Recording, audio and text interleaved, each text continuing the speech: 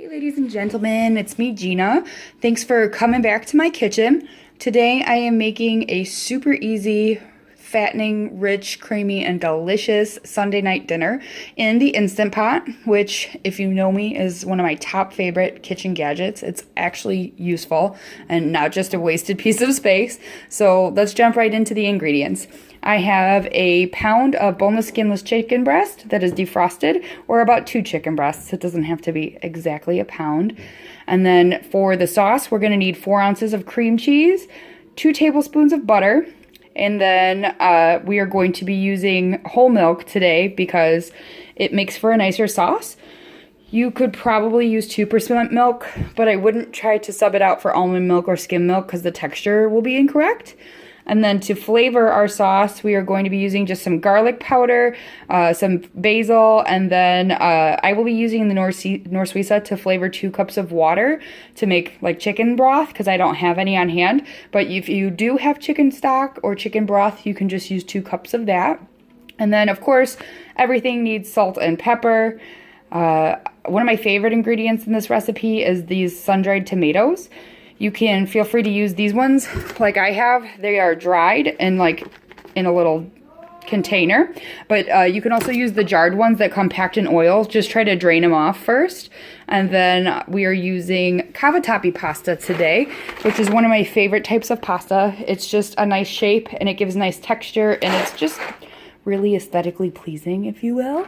So that's the type of pasta we're using. We're going to use half of a box of that, or half of a pound. And then the cheese, we're going to be using Parmesan and Romano blend.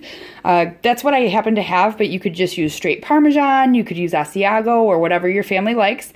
And then to get some veg in there, we're going to use some baby spinach. So let me go ahead and start figuring out what I'm going to prep next for this here video, and I will be back in a jiffy. So I didn't do a time lapse of chopping ingredients today because this is, as I had mentioned, a ridiculously easy recipe. So cutting the chicken into small bite-sized pieces is basically the only thing we need to do, other than dumping stuff into the old Instant Pot. I might throw a rough chop on the spinach later, but I'm pretty sure you know how to chop spinach and don't need my help on that. So first thing we're going to do is we're going to put the disgusting raw chicken in the bottom. Then we are going to use half of a pound of pasta, which is half of this box. So let's go ahead and bust it open. I'm not super accurate, so like I just tend to like look at the box and put my fingers like where I feel half of the box is, and then dump and check. Needs a little more.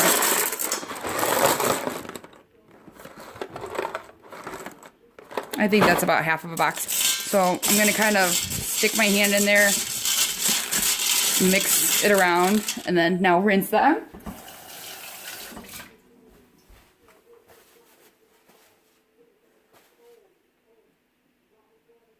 Okay.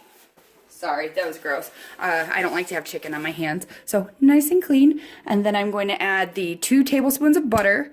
And then if you're using the Norsuisa or chicken bouillon, you will add it at this point.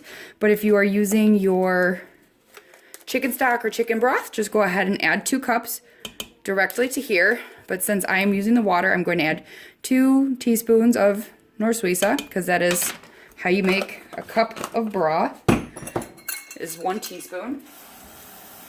Add some water.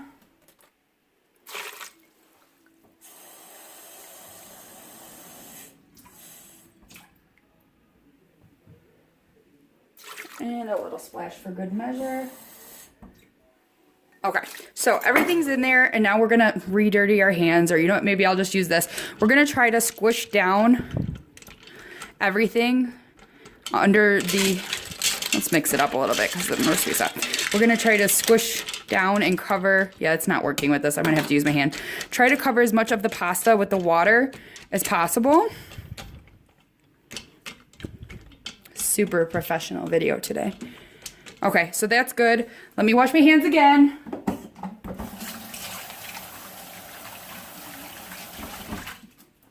Okay, so now we are going to cover the Instant Pot with the lid.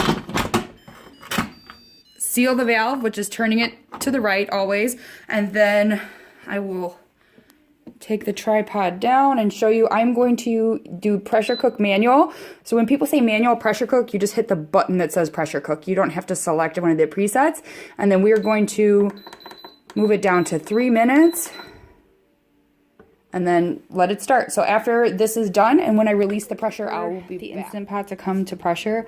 I did forget to mention that after the 3 minutes has elapsed before you release the pressure valve, you're gonna wait for the Instant Pot to count for 5 minutes. Like, it'll start to count upwards.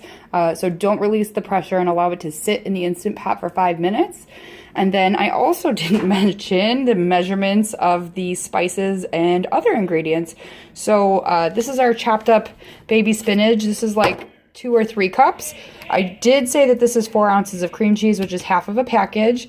For the sun-dried tomatoes, I am just going to use like a handful. Like, you can just add however much you think is good. And then for convenience sake, I pre-measured out our milk, which is 3/4 of a cup. I popped a half of a teaspoon of garlic powder and a teaspoon of basil in here so I can just dump it in. For the pepper, I will just grind it in there, and probably a 1/4 teaspoon would be good if you're a measurer. And then for our cheese, this is a cup of cheese. So you could add more or less. So I'm just gonna go ahead and wait patiently on our Instant Pot, and I will be back when we put the rest of the pasta together. To show you what I meant, this is what I mean when the Instant Pot reaches 5 minutes, counting upwards. And we're gonna go ahead and release the pressure, and I will be back. Okay, so I released the pressure, and I let the steam kind of die down because I didn't want the camera to get fogged up. And this is what we're looking at. So the pasta is cooked, the chicken is cooked. You might want to go in and just kind of break up some of the chicken pieces. I probably should have separated them better before I cooked it, but this pasta is still pretty nice and firm. It's a little bit more than al dente, and that's why I didn't just cook it like the full 4 minutes, and we let it sit. So anyways, back to what we're doing. Now you are going to hit cancel on your Instant Pot to turn it off, and then switch it to the saute mode. And I like to have it on the normal saute, which is like the middle button. So we're just gonna let this come to a simmer. Keep breaking up that chicken. All right, so it is on saute. First thing we're going to do is add in our cream cheese, because we do need to melt this. I probably should chop this up into blocks. I didn't think about that. So I'm just going to go ahead and break it up with my fingers.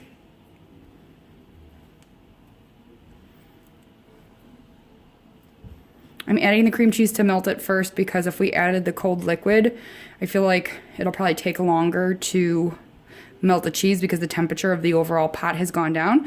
And number 3, hand wash.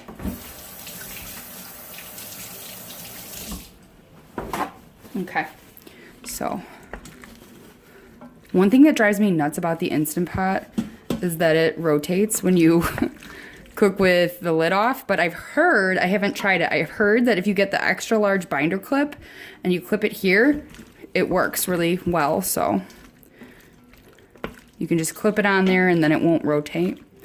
Sorry, this tripod, as I've mentioned, is not the right kind of tripod, and it's really annoying, so that's why we're vertical and I'm stirring like a weirdo around the tripod.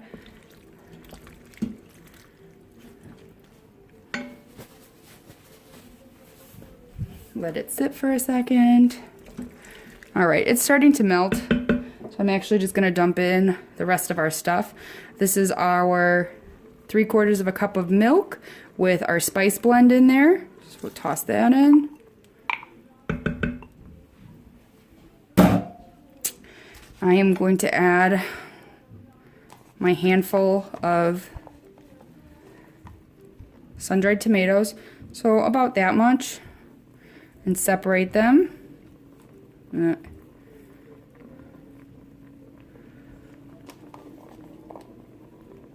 This recipe that I'm making, I adapted from the website 350 wow, 365 days of slow cooking. I think the original recipe called for an 8-ounce jar of these sun-dried tomatoes, so I will link the actual recipe in the description below, so you can check that out if you want to, but that looks about good to me. I mean, I don't want like a ridiculous amount of sun-dried tomatoes in there. And then once this starts simmering a little bit more, it's bubbling away right now. I will start adding the cheese a little bit at a time, and then once the sauce starts to come together, as you can see, it looks like there's like a lot of liquid in here right now, but once the cheeses all start melting, it'll kind of bind together and become a nice thick sauce. So let's just let it sit for a second.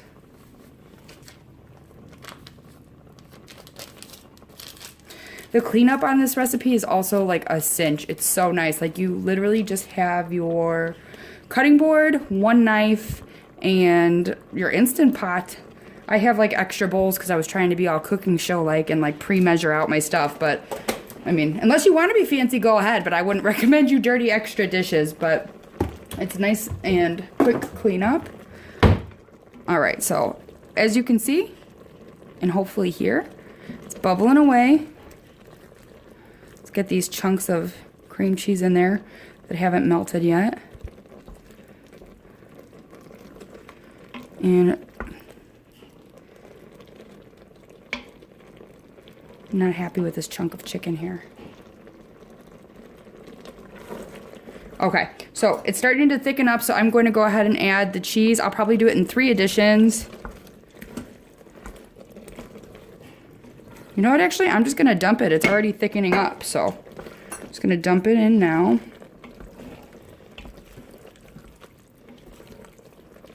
It smells so good. It's time that I invest in some longer spoons, don't you think? I'm always like stirring like with my strong hand. Sorry, you guys probably don't even know what that's from. It was from that scary movie. You remember that back in the day? Okay. So everything's melting nicely. Last step, we are going to toss in our baby spinach. I just did a rough chop on it. I'm actually going to move this to saute on low because it's thickened up really nicely, really quickly this time. And we're basically done. We're just waiting for the spinach to wilt. At this point, you're gonna wanna taste it for salt. I might not have to add any because I used the Norsuisa instead of chicken broth, and it's already actually very salty. So if you're using the chicken broth or the chicken stock, especially if it's unsalted chicken broth or stock, I would highly recommend tasting and adding some salt probably before serving. But we are like good to go here. My husband is absolutely gonna love this. This is a very like Olive Garden-y type dish. So maybe you can see better if I focus that. Okay, I'm going to turn off the Instant Pot, get this plated up. I'm gonna toast up some bread for my hubby because he always likes to have bread on the side. And I will be back with the finishing plated dish so you can see it. Our finished product. As you can see, it's creamy and cheesy and delicious and everything that you could want on a cold, snowy Chicago winter's afternoon. So I hope you enjoyed my video, and I really hope that you guys try this because it's super simple and delish, and I will see you next time.